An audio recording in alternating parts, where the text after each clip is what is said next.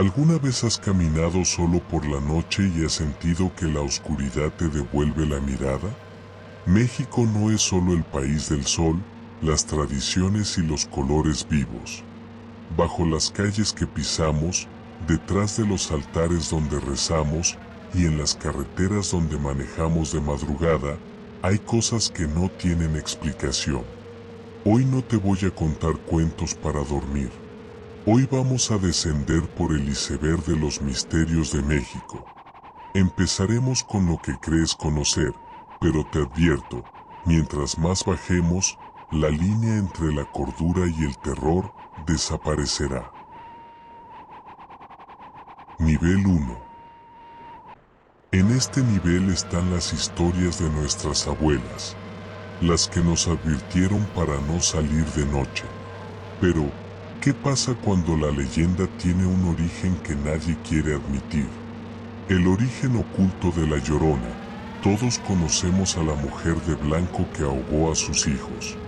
Pero, ¿te has preguntado por qué este espectro se aparece en casi todos los estados de la República simultáneamente? Los registros de la Inquisición en la Nueva España mencionan apariciones de mujeres fantasmales cerca de los ríos mucho antes de las historias de traición amorosa colonial.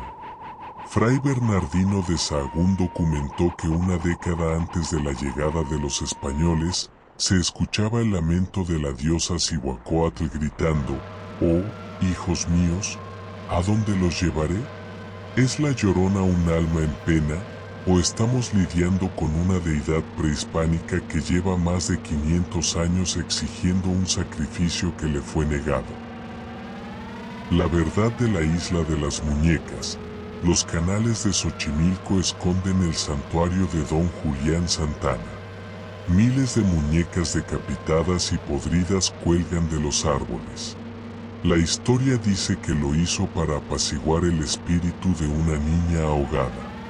Pero hay un detalle que los guías turísticos omiten: Don Julián comenzó a cambiar. Quienes lo conocieron decían que en sus últimos años hablaba con las muñecas, afirmando que ellas le susurraban cosas que iban a pasar. En 2001, Don Julián fue encontrado muerto, ahogado, exactamente en el mismo metro cuadrado donde encontró a la niña décadas atrás. ¿Coincidencia o el pago de una deuda? Nivel 2. Bajamos un poco más. Aquí encontramos anomalías que la gente local jura que son reales. Testimonios que la policía y los hospitales prefieren archivar. La Pascualita y el secreto del embalsamador. En Chihuahua, una tienda de vestidos de novia exhibe un maniquí desde 1930.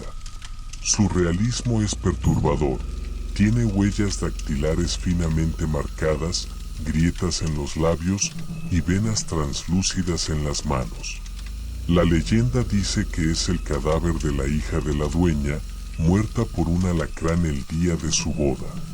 Pero aquí está la pista incompleta.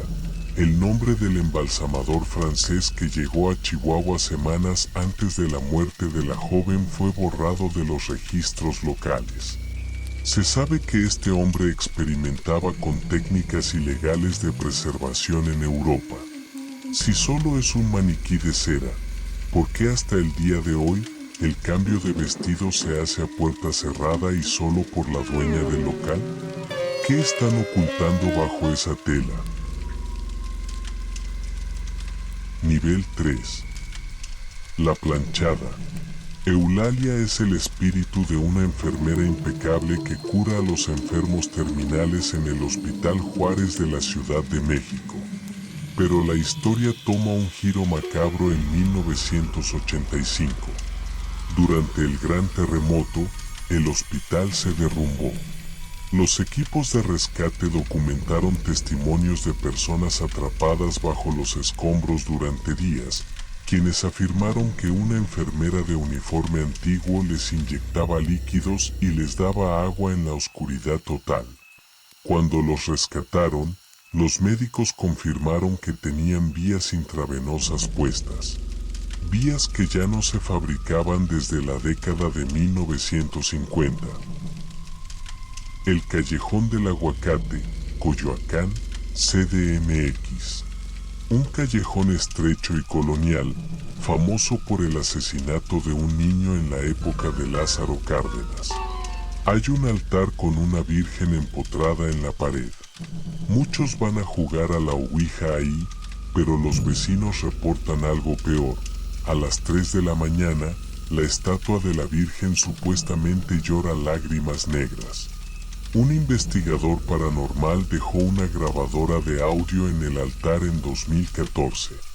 El informe oficial de su investigación dice que la cinta fue dañada por humedad. Sin embargo, quienes escucharon la copia filtrada aseguran que no se escucha a un niño llorar, se escuchan decenas de voces adultas recitando algo en un idioma que no es español. Entramos a la profundidad oscura. Olvídate de los fantasmas. Hemos llegado al nivel donde la maldad es humana, la física se rompe y los gobiernos tienen que intervenir. El incidente Atena y la zona del silencio. En los límites de Durango, Chihuahua y Coahuila hay un desierto donde las brújulas giran sin control y no hay señal de radio. En 1970, un misil de prueba estadounidense llamado Atena perdió el control y se estrelló misteriosamente justo en esta zona. Aquí está lo perturbador: el ejército de Estados Unidos no solo vino por los restos del misil, trajeron trenes enteros y removieron cientos de toneladas de arena del lugar, llevándosela a Nuevo México. ¿Qué buscaban realmente? Los lugareños afirman que antes de que el misil cayera, ya veían luces silenciosas aterrizando en el desierto. Reportan encuentros con 3 seres idénticos, altos y de cabello blanco que piden agua y hablan español a la perfección. Cuando se les pregunta de dónde vienen, siempre responden, de arriba. El Rancho Santa Elena. Primavera de 1989. Matamoros. La policía busca a un estudiante estadounidense desaparecido. Al llegar al Rancho Santa Elena, no encontraron drogas, encontraron el infierno. Adolfo Constanzo, el padrino, había creado una secta que mezclaba palo mayombe con narcotráfico. Lo que los medios no mostraron a detalle fue el contenido exacto de la nanga, el caldero de hierro. Había cerebros humanos, sangre, arañas, herraduras y una columna vertebral. Constanzo convenció a sus sicarios de que beber de esa sopa los hacía invisibles a las balas. Lo más aterrador no fue la magia negra, sino la red de protección. Entre los clientes de Constanzo que pagaban por sus trabajos de protección había políticos de alto nivel y celebridades cuyos nombres, hasta el día de hoy, siguen ocultos en expedientes clasificados de la PGR. ¿Quién sigue vivo y en el poder gracias a esos rituales? Búnkeres y trenes fantasma del metro. Millones usan el metro a diario, pero casi nadie nota los túneles que se bifurcan hacia la oscuridad. Trabajadores del sistema ST se han filtrado historias sobre el nivel D. Debajo de estaciones como Constituyentes y Cuatro Caminos, existen enormes instalaciones militares secretas construidas durante la Guerra Fría. Pero eso es solo arquitectura. Lo inexplicable ocurre en la línea 7. Pasada la medianoche, operadores afirman ver trenes completamente vacíos pasar a toda velocidad en sentido contrario, sin estar registrados en el panel de control. El misterio se profundiza con la estación Barranca del Muerto, construida literalmente sobre fosas comunes de la Revolución. Los guardias nocturnos renuncian constantemente. Dicen que el problema no es lo que ven, es lo que escuchan arañando las paredes de los túneles desde afuera.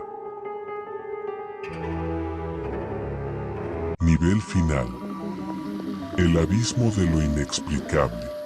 Hemos llegado al fondo. Las aguas aquí son opresivas. Estos casos rompen todo lo que creemos saber sobre la realidad de nuestro país. El manicomio de la Castañeda y las Piedras Malditas. Conocido como el Palacio de la Locura, fue inaugurado por Porfirio Díaz en 1910. Albergó a más de 60,000 pacientes bajo condiciones inhumanas, torturas psiquiátricas y abusos. En 1968 fue demolido. Pero el abismo se abre aquí. Un empresario compró la fachada piedra por piedra y la reconstruyó en Amecameca. Quienes visitan el lugar actual afirman que las piedras gritan. Las energías oscuras se impregnaron tanto en el material físico que los pájaros mueren al estrellarse contra los muros. Pero, ¿dónde quedó el resto del edificio? Las piedras de los pabellones más violentos fueron usadas como cimientos para construir unidades habitacionales en la Ciudad de México. Hoy en día, miles de familias viven, duermen y crían a sus hijos sobre los restos de las celdas de tortura de la Castañeda, sin tener la más mínima idea. Ubicada en la Catedral de Zacatecas. No es oro, no es plata.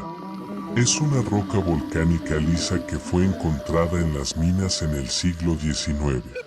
Según los diarios de los mineros, la piedra palpitaba.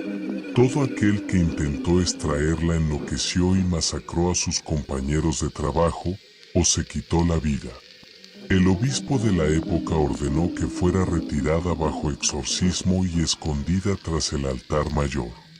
Existe una carta en los archivos del Vaticano enviada desde Zacatecas en 1890, advirtiendo sobre un objeto que no es de este mundo y que susurra pensamientos de sangre.